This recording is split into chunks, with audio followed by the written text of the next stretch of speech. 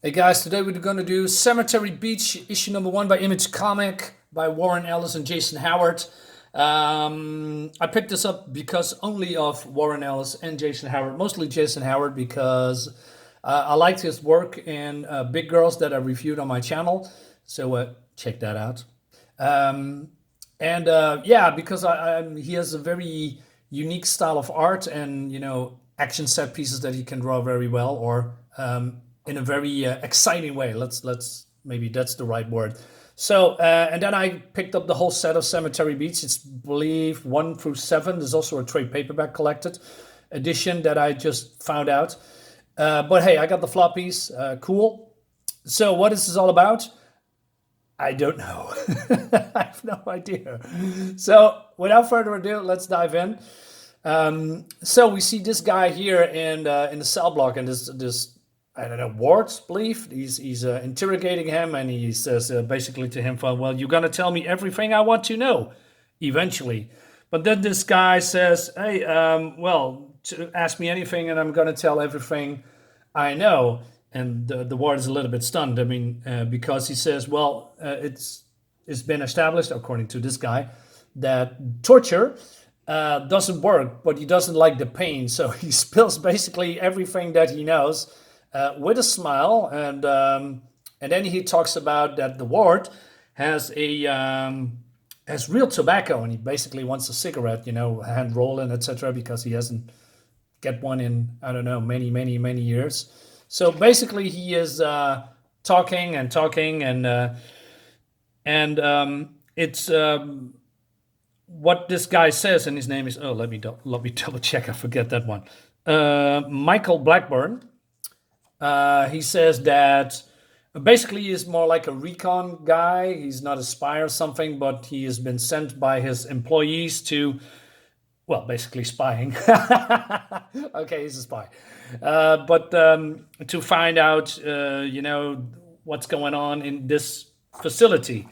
And I thought, in instance, this was, I don't know, maybe in 1942 or something in World War country, I think. But no, it seems that in 1920, some scientists and industrialists found a way to get off-world and travel there, and made somewhere on a moon or a planet a colony. And that colony gets supplies from someone or something. And Michael says, is it Michael? Yeah, Michael. Well, he and his employers discovered that the machinery to go to the other side, but and they sent basically him to do a recon, and eventually got caught. So the warden says, he says basically that they are going to kill him eventually, and Michael says, "Well, thank you for being upfront," and but also explains, and that's the fun part, that now, because this is modern day apparently, he explains to this guy that has no knowledge about what's going on Earth, because this is the off-world colony. Spoiler. And he's now there, but the off-world colony doesn't has any contact with Earth, and probably a lot of people have been growing up in this planet, on this planet, but technology is here different. So Michael explains that we now have, the telephones, and that can, we have internet, we can send, according to him, dick pics, etc. And but this guy doesn't believe in that is actually possible. So he rolls him a cigarette, and then Michael attacks him and escapes. And that's a very cool tactic, by the way. A cigarette lighting up, pushing them in the face, and then he attacks and then kills him. He gets his clothes, he takes his keys, open the door, and then he, gonna roam around the facility, and he also has been shocked. And I like that. That he is not, unfazed by the horrors that is in this comic, because it's a mature comic, by the way. This is not PG-13. It's a mature comic. And then he opens up the cell from this woman, and he asked, "What are you here for?" And she says, "Murderous shit." So basically, okay, she's a murderer. And then but she's from around here, and she needs her to, get away and go back to his LZ, his pickup point, I believe. That's how people in America call it, LZ, and landing zone. Landing zone, yeah, that's it. I remember. And her name is Grace. So they are moving around, and then they are gonna escape, but they are being caught and found out, and they are moving away and running towards a platform. And then we have a very cool looking, in my opinion, very minimalistic, but very cool looking shot, double spread. And we see, I don't know, city or village here down, and then we have this floating vehicle. So again, the technology is way different. They don't have, I believe, internet, telephones. They use walkie-talkies, but they has also flying crafts. And this part, and I'm going to show you. Can I skip it? Yeah, I'm gonna do this. It reminds me basically of the game Killzone on the PS2 and PS3. Those floating contraptions that they are using to go from A to B, some kind of a taxi thing. And look at this, one punch and his eyes flying out. But then, so they're getting shot at, and the action looks really great. I mean, look at this. It's really fun. And then they are falling down towards the village. And then now we have to, and they're getting shot at, and then they remain control of the vehicle. They're flying over and over the city. Hover and hover? Is that? That's not what I'm saying. Hovering over the city, or flying. But eventually they are just crashing down. And again, looks really cool. They're just flying out of this vehicle. And then one of the guards is getting up, and Grace shoots him. And then, but then they're going to escape in this Jeep. Again, I love the whole old Earth vehicles technology with new stuff like this. I mean, this looks pretty cool.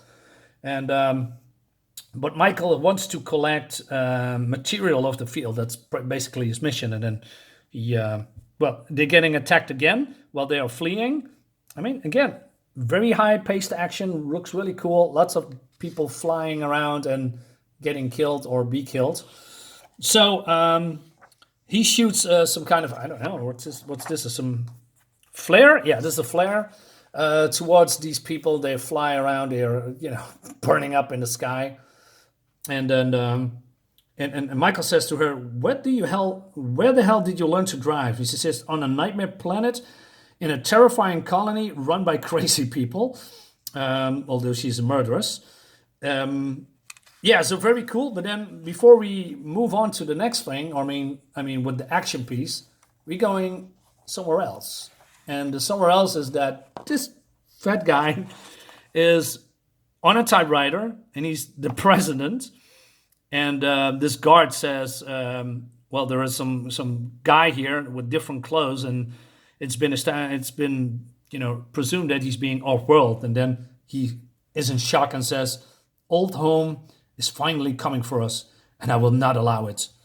And then we have this here. Looks cool, great. So I don't know, flying vehicle, rocket, don't know. And that's the end of the book. And we have also this. So probably some kind of a map. Is it good? I think it's it's too early to say, because I don't know what's going on. The biggest downside of all, and this is also my biggest gripe, it's only 20 pages. Yes, you pay $4 for 20 pages. I think that's way too high. It should have been at least 24, 28 pages at least. The Big Girls comic with Jason Howard was also, around those kind of page counts. And I really hate that. I mean, why not make it longer? Why make 7 comics where you can do it in probably 5, something like that? I don't think that's a cool deal at all. But on the other hand, I like Jason Howard's work. I also intrigue what's going on here, because I think this is a blend of new and old on a different planet, although it looks very Earth-like according to the structure. But then we have this crazy flying vehicles here that floats in the sky. and I'm very intrigued where this is going. So, but yeah, science fiction, I'm always a big fan of that, if done right, of course. So yeah, can I give this a recommend? I don't know. I mean, there's a trade paperback, and it's probably cheap now because this comic came out in 2018. So if you can pick up for, I don't know, $10, maybe 12, or even cheaper, I think that's a good deal. But anyway, this is only issue 1 from 7, so I have to read the other ones as well to, say if it's good or not. So for now, I cannot say good or bad things. Well, the bad thing is that's 20 pages, and the good thing is great art and fast-paced action with a story that intrigues me a lot. So there's pros and cons. Give it a thumbs, give it a thumbs up, give it a thumbs down.